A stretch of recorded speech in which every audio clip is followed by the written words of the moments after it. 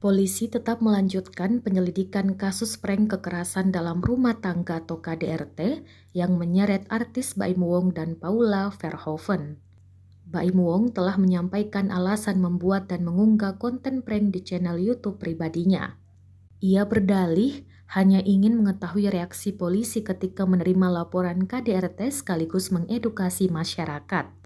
Kasat Reskrim Polres Metro Jakarta Selatan, Kompol Irwandi Idrus mengatakan penyelidikan kasus prank KDRT ini tetap dilanjutkan secara profesional. Hal itu disampaikan Irwandi kepada wartawan pada Senin 10 Oktober 2022. Irwandi menjelaskan hingga saat ini Baim Wong dan Paula Verhoeven masih berstatus sebagai saksi. Baim Wong dan Paula Verhoeven telah menyampaikan permohonan maaf kepada Polri setelah konten prank KDRT yang dibuat mereka memicu kontroversi. Permohonan maaf itu disampaikan Baim Wong dan Paula setelah menjalani pemeriksaan sebagai terlapor di Polres Metro Jakarta Selatan pada Jumat 7 Oktober 2022. Keduanya diperiksa selama 3 jam mulai pukul 14 hingga 17 waktu Indonesia Barat.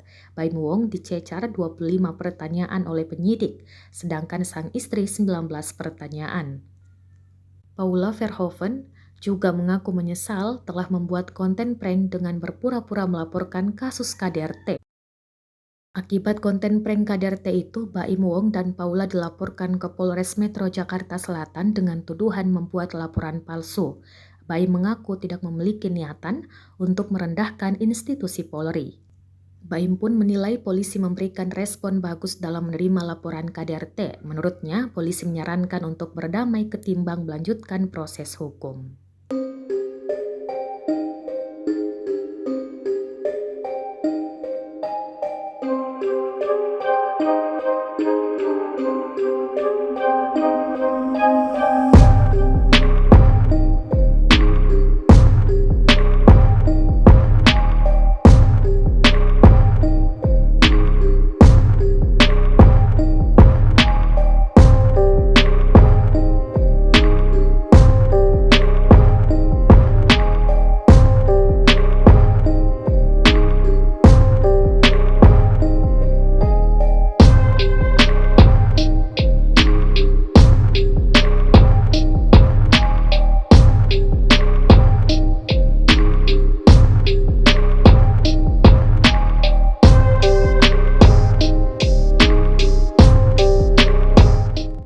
Tadi sebenarnya video saya untuk minta maaf ke polsek yang kita datangin.